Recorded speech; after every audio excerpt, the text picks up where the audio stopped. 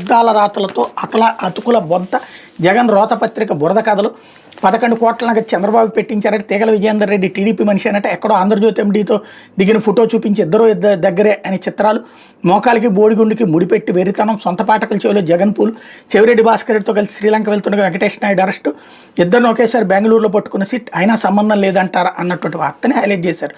ఇంతకీ ఈ నీచ పత్రిక ఏం రాస్తుందో అర్థం కావట్లేదు. ఇంతకీ ఓకే అక్కడ అరెస్ట్ చేశారు, మరి వీళ్ళందరూ ఎవరు? చంద్రబాబుతో ఎందుకు పరిచయం ఉంది? రాధాకృష్ణ గారితో పరిచయం ఎందుకు ఉంది? తీగల విజయేందర్ రెడ్డికి సంబంధం ఉందా లేదా?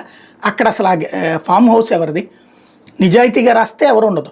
ఒక నీచ పత్రిక రోతపత్రిక గురించి రాస్తుంది. వాళ్ళది రోతపత్రిక అయితే వీళ్ళది నీచ పత్రిక కాదా?